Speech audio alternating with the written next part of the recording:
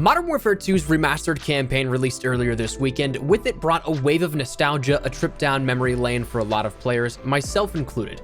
I'll be honest, I was really excited to play the campaign again and relive some of the best memories that I had in the Call of Duty franchise, even if it was just that campaign. Though it's not 2009 anymore, and with that means that 10 plus years later, maybe there were some changes made to the campaign and its remaster. Today, I want to examine 20 changes from what you remember from Modern Warfare 2 in 2009 to where we've come today with its remaster. Some of these changes are new additions, some big changes, some small, detailed ones, but a mixed bag of all types. That said, I'll be totally honest with you, I could probably dig deeper to find even more, but felt these were the more immediate standout ones, so let me know if you'd like to see a continuation or a follow-up video with even more changes. I'd be happy to present more. These types of videos are perhaps some of my favorite to create, so let me know if you'd like to see it. But as well, do be sure to hit that subscribe button if you have not done so already to stay up to date with all things Call of Duty, Modern Warfare, Warzone, and even some cool looks at, say, Modern Warfare 2's Remastered campaign on a daily basis. Make sure that you're here for all of it. But anyways, let's get into it. The first one is a big, obvious no-brainer: the graphics. Graphical integrity of the campaign is miles better than that of what it was on the original 2009 version and what the Xbox 360 and PlayStation 3 could handle at the time. Do some character models look a bit weird in translation or how they were redesigned in a sense? There absolutely could be some of those cases. I'm looking at you, General Shepard and Loose Ends. But seriously, some of the raw screen grabs that you could pull from just simply watching the game unfold make for some incredible cinematic visuals. I think that perhaps some of my favorites are the Gulag when you rescue Price, that cutscene where that happens, and then when you also shoot up that flare up through the castle. Those are incredibly cinematic. I think of this space sequence in Second Son where the EMP is detonated in the atmosphere, which, man, I gotta say the skybox of that is just so much more pristine. If you look at those scenes back to back or side to side, the clarity is just unbelievably better. And while we're on the topic of quality, if the option is available, do be sure to watch this video in 4K to see the best effect of all of that. But you also have your sequences like the ending of Whiskey Hotel, where you're tasked with running to the roof of the White House to call off the incoming bombardment that'll absolutely level DC. And when you finish that, you look off into the burning sky. When you get to see that, and then you get to see things like the heartbreak all over again in 2020 in Loose Ends when Shepard betrays you, seeing all of that in 4K and in just way better visual standards, it's one thing to experience the narrative that drove so many of us to Call of Duty again in 2020, but in an undeniably higher graphic fidelity is just so much better. In that respect, Beanox, you guys knocked it out of the park in my opinion. But enough about graphics, that's to be expected. What are some noticeable changes in-game and some specific details in various areas of play? Well, let's move on to some different features that were actually added in. They're changes because, well, they weren't there in the original at all. Firstly, weapon inspects is probably one that I'm sure you may have seen, but it's something that may actually be one of the biggest questions as to why the campaign of a remastered Call of Duty title has weapon inspects and they're not in Modern Warfare 2019, for example. Why does a campaign have a feature and not a game whose top 3 marketed point was the depth of weapon customization? That's certainly a great point. I definitely think that there should be inspects in Modern Warfare 2019, but Modern Warfare 2's remastered campaign was built on the same engine as the original Modern Warfare Remastered. Given the original trailer for the campaign remaster had a 2018 copyright date, I'd be willing to bet that this does tie in with those early rumors that it was meant to release in early 2018, thus meaning that would have been developed around the same time and likely could have been the very next project worked on after Modern Warfare Remastered. Compounding on that build, the audio engines and the game engines in place, which is why the gameplay is identical to Modern Warfare Remastered and why so many features like this carried over. So Modern Warfare 2019 is built on a different engine that doesn't share those same fundamentals as Modern Warfare 2's remastered campaign. So that's why you'll see that it's just kind of carried over from Modern Warfare Remastered, but you can take a look at any weapon that you want with down on the D-pad. Additionally, there were also Intel special effects added into the game, just like Modern Warfare Remastered. Beanox had some fun with mods, if you want to call them that, in which in-campaign, while collecting certain amounts of Intel items, would allow you to have special filters, gameplay features, and other whimsical adjustments to your game real time. They're of course all optional, but something that wasn't in the game as of its original release time in 2009. And also, this is something that I may have a video coming up here on this, so if you're interested in seeing all those Intel locations, what all these mods do, let me know your thoughts in the comments as well. The final things that were added in as brand new features and weren't in 2009's variation are a couple of Easter eggs. We detailed these in full yesterday, so we'll breeze past these. If you want to check out how to get those, that video's up on the channel, but you can end up doing the following. 1, kill Shepard, in which you create a time paradox so that essentially you stop the ending of Modern Warfare 2 from happening. 2, you can end up seeing Yuri in No Russian, which is a direct tie-over and correlation now real-time with Modern Warfare 3's campaign. There's a Golden Desert Eagle in the Operation operation of their own accord. And finally, there is the clown Easter egg in SSDD, in which you can get a secret achievement by shooting 3 clowns hidden around that map. As for some direct changes now, though, let's talk about some cutscenes. There's one in particular that I'm sure a lot of people thought was going to be changed or had some feeling that there may be an adjustment made, but there are some changes to generally no Russian.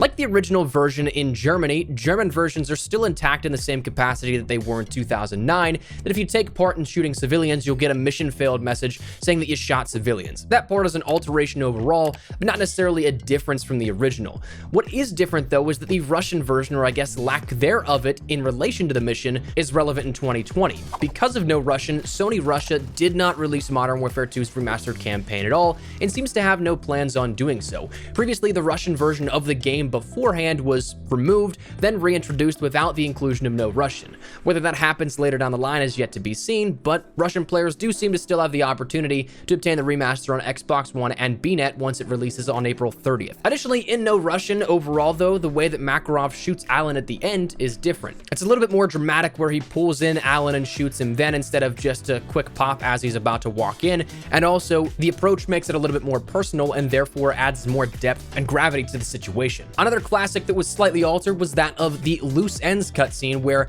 once you are betrayed by Shepard and Shepard takes the DNS off your body, you reach up and actually try and grab Shepard's arm, to which he shrugs you off. Previously, that wasn't the case. Again, adding maybe a little bit more humanity to that cutscene and making it a little bit more emotional just ever so slightly. And as well, just before that, the shell shock sound rings out as you're shot by Shepard. That's just a couple of the alterations. There are some subtle changes here and there that you may have picked up on, but those are probably two of the most notable ones here with that. But outside of that, other changes include some changes to weapon models. You definitely may have picked up a weapon and you're like, well, this isn't exactly how I remember it. The one that was a standout to me immediately whenever I picked it up was that of the Intervention. Now, it's a close remodel, but it's actually the model from Infinite Warfare of the TF-141, which was the Intervention, but under a different name. It's close to the S-TAC Aggressor from Modern Warfare Remastered, but the S-TAC Aggressor is a little bit lighter of a sniper rifle and also has some very minor subtle differences, but both modeled to be like the Intervention. But what we have in Modern Warfare 2 Campaign Remastered isn't exactly what you remember in 2009. It's a little bit bulkier. We'll get to this in a second, but the weapon sound is different, so some general overall weapon usage you may have found wasn't exactly the same as you remember.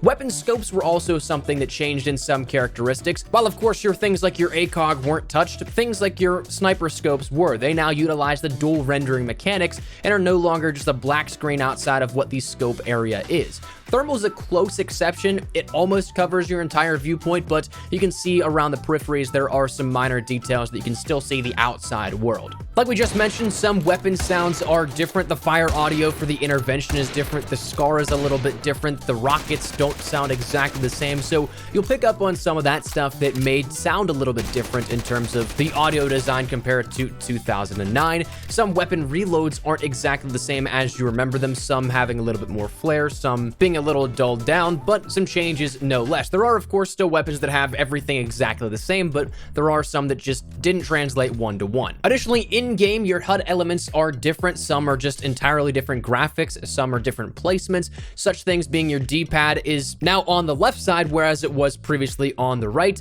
Your icons for your ammo, for your grenades, your lethals and tacticals, those have all changed here. And of course, share those assets with Modern Warfare Remastered. Other things you may have picked up on is audibly some of the radio chatter is a bit more tinny, I guess you could say, in the original, whether that be the compression or the bit rate. The audio is just slightly better sounding within Modern Warfare 2 Campaign Remastered compared to 2009's original. To round out this video, I want to talk about some things that are specific to missions that I picked up on. Again, I could definitely dig way deeper into all of these to find some more specifics if you guys are interested, but some of the ones that stood out to me, firstly, let's talk about the mission cliffhanger. Firstly, the visibility is way lower than that of what it was beforehand. Previously, in 2009, in the original, you had a sort of bubble effect where you could see a certain little area around where your character actually was, but now it's a definitive blizzard. I know that, I think it was the ending of Second Son after the EMP goes off, the rain is way heavier as well. One thing I saw that was picked up on was there's also in Cliffhanger a little sneak execution that you can do, which makes me wonder if there are special executions for each sneak kill out there if you choose to go in close to the AI rather than take them out at a distance. But it was definitely a cool little feature that wasn't in the original. Additionally, in Cliffhanger, the fueling station that you plant C4 on, it's way more detailed now. It has an upper catwalk walk support. It's in an enclosed cage, and the entire world surrounding this level is just built out a little bit more. And then finally, the last thing I want to talk about is in the mission endgame. Another one that caught my attention was that Price loses his bucket hat in his scrap with General Shepard right before you kill him, which reveals a pretty nasty bald spot there, Cap. In all actuality, though, comparing the footage, I know that may have not have been a huge detail or something that was a huge necessity for the physics of everything, but I'm kind of surprised that with the haymakers that Shepard was throwing, that Price never lost his hat in the original to begin with. But regardless, that's going to close out the changes here that I noticed. Feel free to let me know your thoughts if you picked up on any, and maybe we'll do a follow-up episode with some of your suggestions. And also, I'm going to go back in and dig a little deeper. I'm just curious for all this kind of stuff. But that said, hopefully you enjoyed the video. Let me know your thoughts down there in the comment section down below. And if you did, make sure you drop a like down below. And of course, if you are new to the channel, make sure you guys subscribe so you don't miss a single thing regarding all things Modern Warfare, both 2019 and of course the campaign remaster, as well as Warzone content. We'll keep you up to date with everything you need to know and everything in those worlds daily. So if that interests you, hit that subscribe button. If you guys also want to follow me over on Twitter and Instagram, those are the best places to get connected outside of YouTube.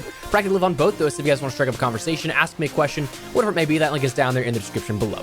But let's get out of the way. Thank you guys all so much for watching. My name is Espresso. I'll see you guys later. Take care and peace.